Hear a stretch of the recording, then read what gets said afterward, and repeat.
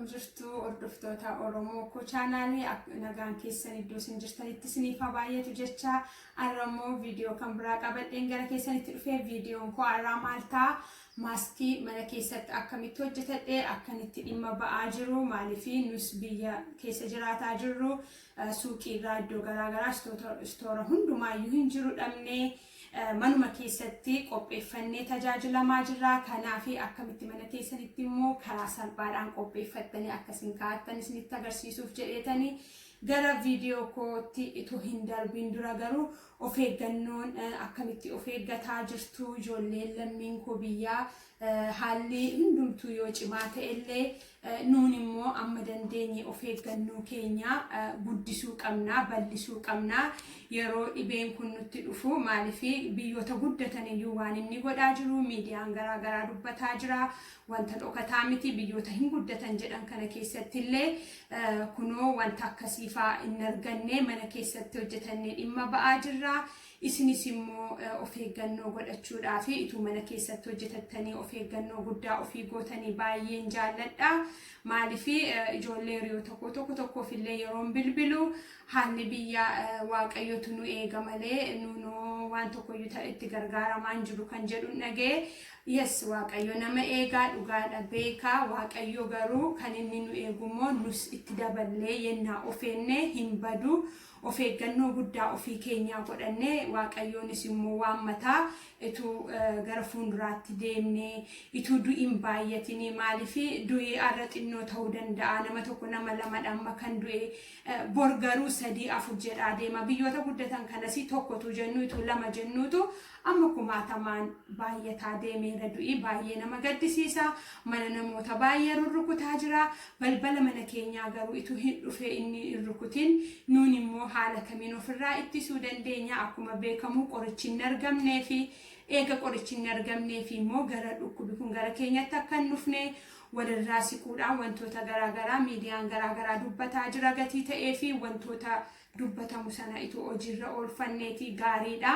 Innaa kana garuu kan hin hojjechuu barbaadee fi dargaggooti gara biyyaa jirtanii haala salphaa ta'een hojjetama wanti kun maaliifii wanta mana keessaa qabdaniin yookaan suuqii dhaabatanii wanta bittan miti yennaallee tiishartii mana keessaa qabaattanii tiishartii keessan kuttanii wantootuma golee arfan akka kanatti murachuu dandeessan carqii mana keessaa yennaa qabaattanii kana kuttanii itti fayyadamuu dandeessu gatii ta'ee fi suuqii irraa hin dhabne yookaan faarmaasiidhaa dhabne jennee afaan duwwaa deemuurraa of eeggannoo godhachuuf manuma keessatti akka hojjetannu hollaa keenya namoota harka qayyeeyyii yookaan immoo namooti dadhaboon jiraachuu danda'u ofii keenyaas hojjetannee namoota kanaafis hojjennee dargaggooti biyya jirtan kanarratti adaraa keessan hojjedha inni ulfaatu waanuma manaa qabnu tiishartii wantootuma tatta'e kukkunnee holloota keenya namoota nu guddisan baay'ee rakkachuu danda'u kana hojjennee garuu namootaafis kennuudhaani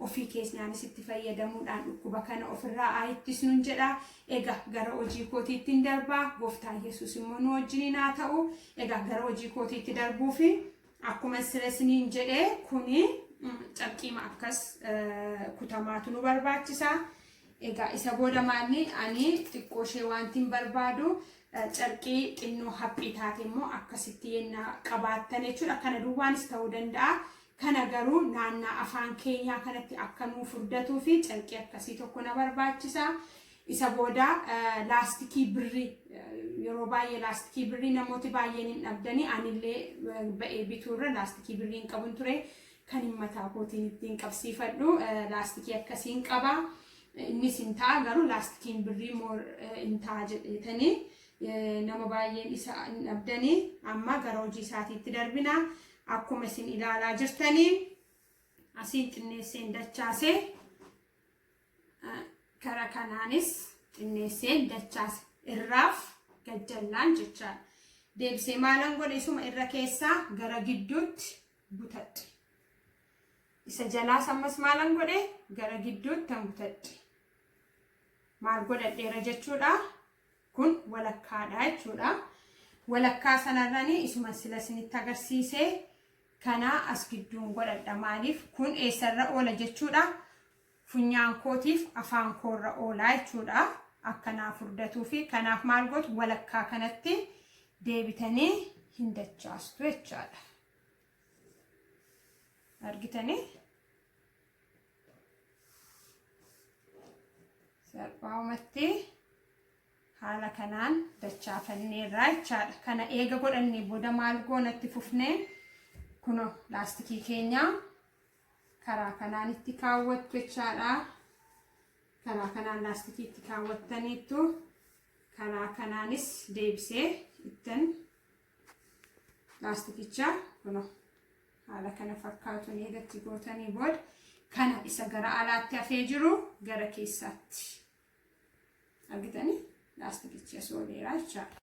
Karaa kana fixadheera. Karaa isa kanaanis karaa isa alatti hafee argitanii akkas godhattu jechaadha.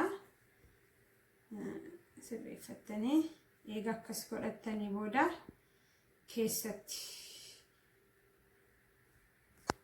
xiqqoo ishee gara keessaatti butuu fedhetanii keessatti akkas immoo gashitanii kuno maaskii keessan hojjetattanii jechaadha. Haala kanaan jechaadha. Maaskiin keenya hojjetamee dhumeera. Haala kana fakkaatuun fixeera jechuudha. Xumura irratti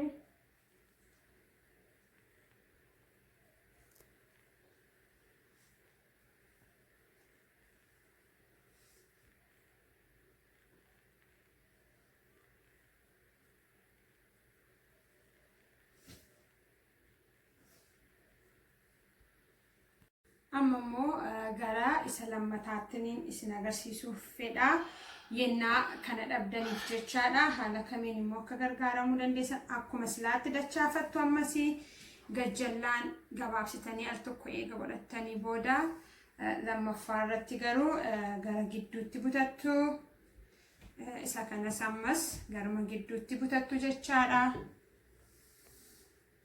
Gidduun isaa kana naa ta'eera jechuudha. Amma akkuma isinitti himee carqii akkasii yennaa qabaattan gaariidha. Gara afaanitti akka nuuf furdatuuf malee kana qofaadhaanis hojjetamuu danda'a.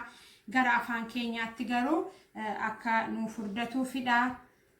Akkas eegan godhee booda maaliin godhaa walakkaawumatti ammas deebisee haala kana fakkaatuun nan dachaafadha. Haala kana fakkaatuun jechaadha. Eegan akkasitti dachaasee booda kirrii akkasii amma kuni tiishartii koo gara bukkee irraanan haala kanaan kutadhee kana akkas yennaa gootanii kanas immoo finyoosaa yennaa gara kanaan akkana gootanii gidduutti asii yennaa butattu gara carqiin keessan inni furdaan jirutti jechaadha. Isa booda akkuma silaa kanas akkana dachaastu. Kanas akkanumatti dachaastu akka wal jalaa nu jalaa miliqneef immoo kana keessatti akkasitti gashattu. Kuni gaa maaliifi akka inni nu jalaa inni harkifamnee fi carqii kanaaf kana walitti yennaa limmee qabaattani mana limmeen keenya kunootti limmoodhaanii carqiif kana walitti akka inni wal qabatu jechaadha. Hodhuu dandeessu limmoodhaan jechaadha.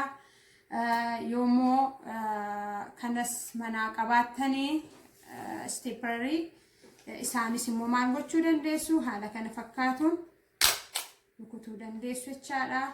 Akka inni walitti isiniif qabatuuf jechaadha.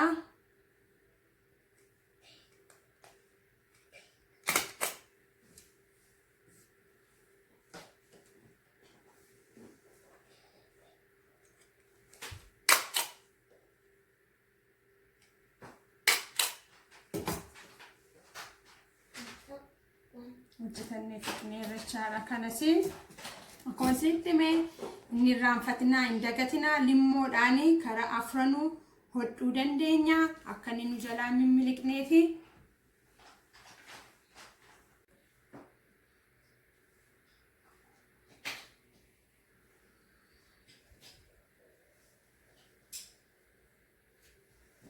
isa sadaffaa jechaadha. Akkas gootanii maaliifi biyyaa akkatti shaashii itti hidhannu jechaadha. Kuni ijoollee dhiiraaf kun baay'ee watti hin gargaara. kana fuutanii iddoo kana bira furdifachuu fi haala kanaan dachaafadhaati.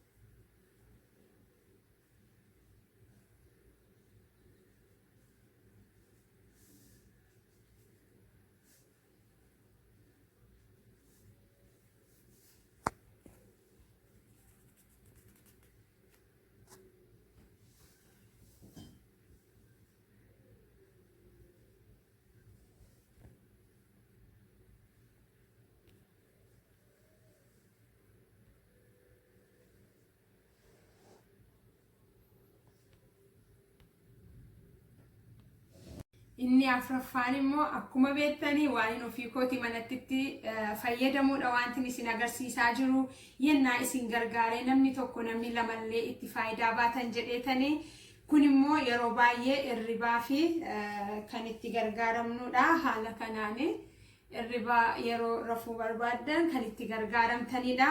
Garuu anarraa ammas akkuma saattan itti tajaajilama gatii ta'eefini kana akkas gootu kirriin inni kun isa dudduuba ooluudha jechaadha. Isa gara fuulduraatti fiddu gara fuulduraatti eega akkas gootanii fiddanii booda maal gootechaadha mul'ata.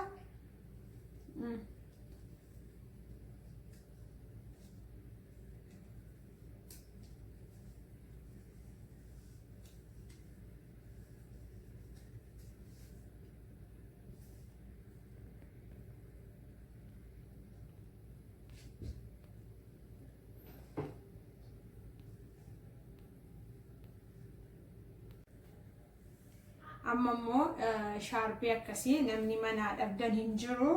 Kun shaarpiidha. Sumatti mul'ata. Shaarpii kana immoo akkana godheetan jechaadha.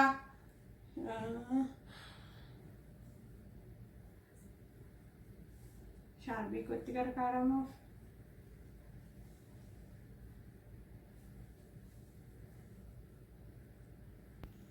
Wanti amma ituu isinitti hin dagadhe carqoota hundan isinitti agarsiise kan ammoo miiccitaniillee aduutti qoorsitanii irra deebitanii akkaataan isinitti agarsiise kanaan irra deebitanii gargaaramuu dandeessu jechuudha.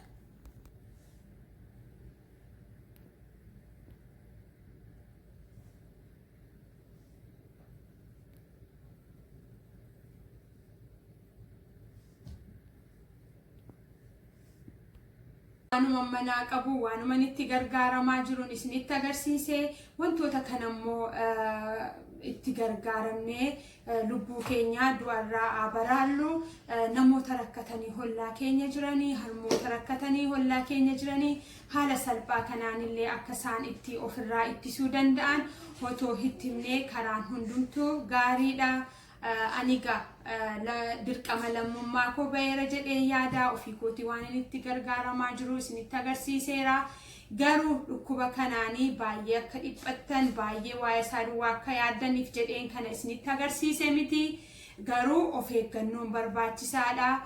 Yeroo gara mana keenyaatti teenyu immoo wantoota garaagaraatiin sammuu keenya bashannansiisaa sammuu keenya waan kana akka inni iyyaanne gochuudhaan yeroo keenya dabarsinu egaa gara mana keessanii turuudhaan walirraa siquudhaan hiriyooti wal dubbisuu dhiisuudhaan wantoota jedhamne hundumaa hojiirra oolchuudhaan dhukkuba kanarraa ofaa baraallu namoota hin beennettis haa himnu yaalammii koo namni tokkollee adaraa du'aan akka wal hin dhabnee fi waan hundumaan iyyuu walaa gorsinu wal bukkee dhaabbannu.